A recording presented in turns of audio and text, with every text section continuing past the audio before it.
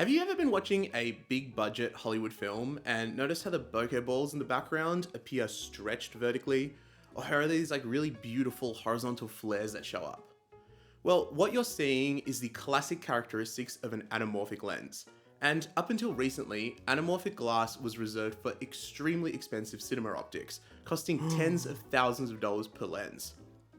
But recently, manufacturers out of China have been developing and producing true full-frame anamorphic lenses at a very reasonable price point. And in today's video, I'd like to talk about this, the sirui 50mm t2.9 Venus 1.6 times anamorphic lens for full frame.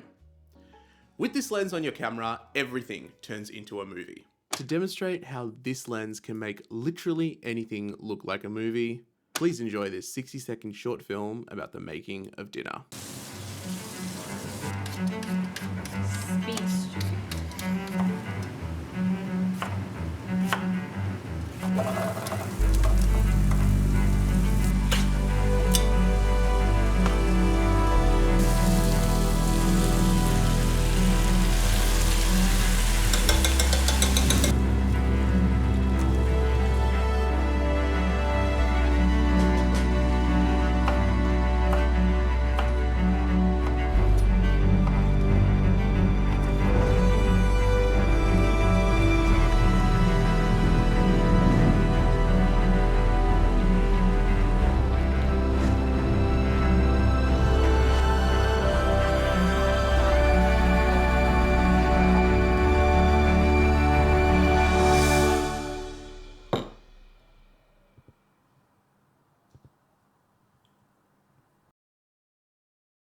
Now, before we get started, I just want to say thank you to Siri for sending me this lens to review, and while I do get to keep it, all thoughts expressed are my own and they are seeing this video when you guys see it.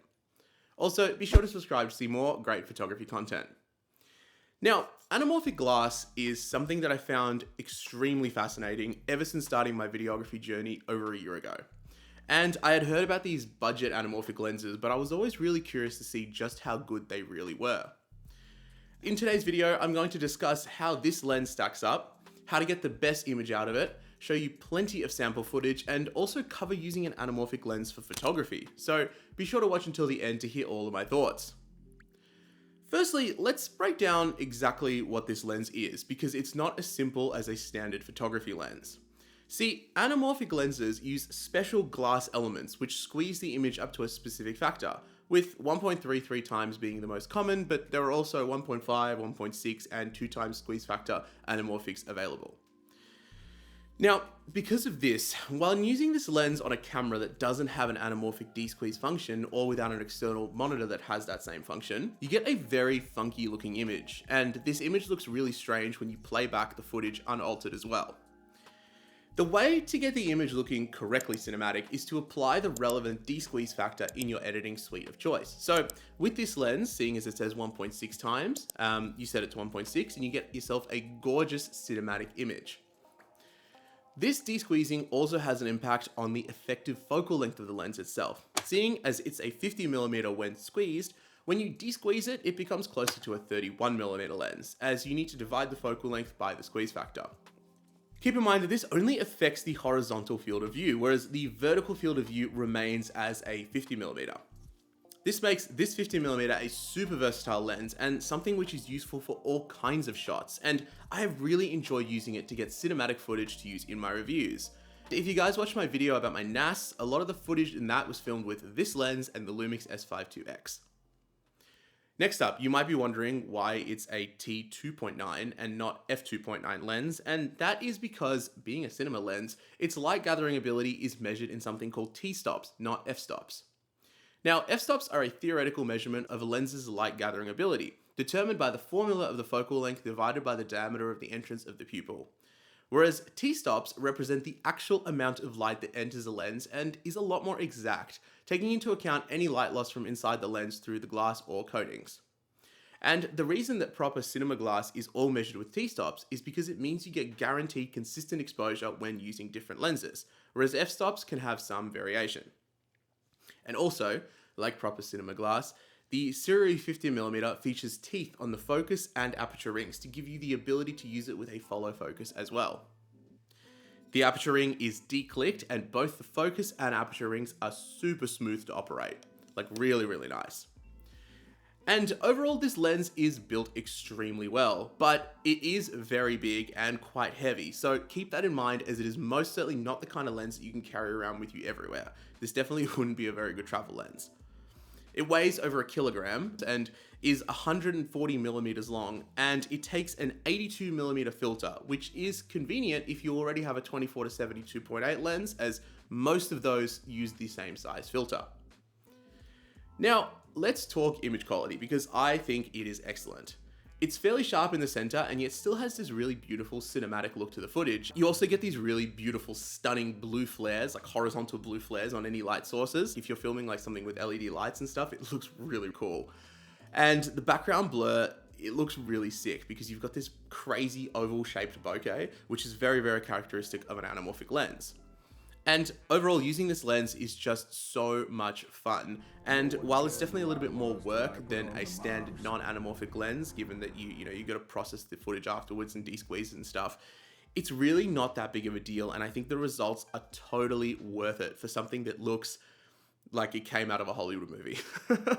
I mean, I remember the first time that I reviewed the footage that I took with this lens, and I was just blown away by how you can make literally the most mundane stuff look so cinematic just by shooting it with an anamorphic lens. And I think it's also really important to shoot this on a camera which supports open gate recording, as without open gate, you do get a fairly narrow image, but thankfully the S5 II and 2X have it, so you're just getting way more image out of this lens versus using it on a camera without open gate recording capability. Now, if you shoot this lens with a camera that can only shoot in 16.9s, you get an aspect ratio of 2.8 to 1, but in 3x2, which is open gate, you get an aspect ratio of 2.4 to 1. One downside of this lens is that it features a very mediocre 0.75 meter close focus distance, so basically like a rangefinder lens. But upon comparing it to other budget anamorphics on the market, it seems like this is a pretty common problem amongst them. Maybe it's just something to do with the way that the lens is designed and the de-squeeze factor and stuff. So you do have to keep that in mind if you do want to do close-up shots. It is a little bit tricky. You probably would need to get like a longer focal length, but thankfully the Venus is actually also available in a 35, 75, and 100 millimeter focal length. And you can get it for L, Z, E, and RF mounts, which covers just about every professional full frame camera on the market today. That said, if I had to pick one, I'd go for the 50mm, as it seems like the most versatile of the bunch. Now, this is also my first anamorphic lens I've ever tried, so I don't have anything else to compare it to, but overall I found the performance to be really solid, and I think it has very well contained focus breathing as well. Priced at $999 at the moment on sale, I think this lens provides solid value given the cost of other true full-frame anamorphic lenses on the market, and I think it's a super solid contender if you're after an anamorphic lens with beautiful characteristics but don't want to spend outrageous amounts of money on one either. Now, how about taking photos with it? How does that work? Well, despite this being a cinema lens, you can still use this for photography. But the S5 IIX does not have an anamorphic de-squeeze option for photography, only for video. So you will need to focus with the squeeze display, which can be a little bit tricky, but overall it's not too bad. Okay, so let me just show you how you would go about editing anamorphic photos using both Lightroom and Photoshop, because we'll need both programs for this. So as you can see, this is the image raw out of the camera. And if we zoom in, this is wide open at T2.9. You can see that it is actually fairly sharp in the center here. But obviously this image looks quite funny. So what we'll do is we'll apply a preset that I like. I think Night Walker for this one, because it's sort of like a nighttime kind of vibe. Looks quite good. And then I think I also want to make it just a little bit more green, because I love that look of like real, like almost like the Matrix kind of like Fight Club, real dirty and grimy. Play a little bit with our tone curve as well. And then when we got it sort of looking kind of how we want it, I might just bring the green down a little bit.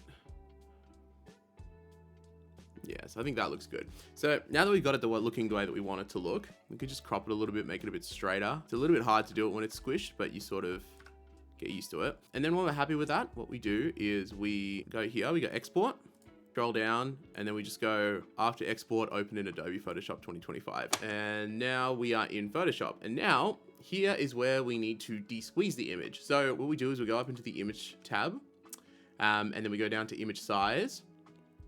And then here, what we want to do is, if it's a landscape image, we want to multiply the width by either 1.5 or 1.6. So as I was saying earlier, this lens is technically a 1.6. Some footage looks better as a 1.6. Personally, I find some footage and photos especially look better as a 1.5. I feel like 1.6 is a bit too stretched. So just to give you an example of that, let's stretch it to 1.6 and we'll just see what it looks like. So 50.5 times 1.6 is 80.8. So we just type this in here. Cool. Make sure that this is not checked. So if we check it, it'll automatically adjust it. So uncheck that box and then go 80.8. Okay. And as you can see, that's unstretched our image, but I feel like that's too stretched. Like, I feel like that looks a little bit weird. So if we revert back to original and we go back into image size and we go, what is the 50.5 times 1.5? That's 75.75. And there we go. So I think that looks a little bit more natural. But again, it's up to you to decide what aspect ratio you want to de-squeeze it at. Like I said, I sort of, somewhere between 1.5 1.6 I think looks the best, just really depending on the subject matter itself. I think that looks really, really good.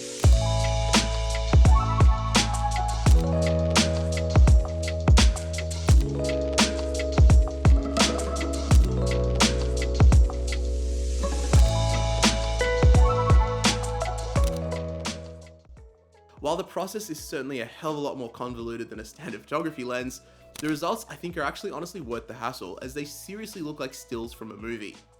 Would I go out and buy this lens just to use it for photography? I mean, look, probably not. But I think that using an anamorphic lens to take photographs is actually a viable option and is a great second use case scenario of a lens like this. I think it's priced very fairly given the performance of it and the build quality as well, and I'm super excited to continue shooting with the lens and using it in my work. Once again, I'd like to thank Sirui for sending me this fascinating lens, and if you'd like to purchase it, I'll have a link in the description. Well, that's about all for today. What do you guys think? Have you ever shot with an anamorphic lens? Would you consider buying one? Let me know in the comments below. Thank you so much for watching. I'll see you guys next week and have a lovely day. Siri, I'm not talking to you.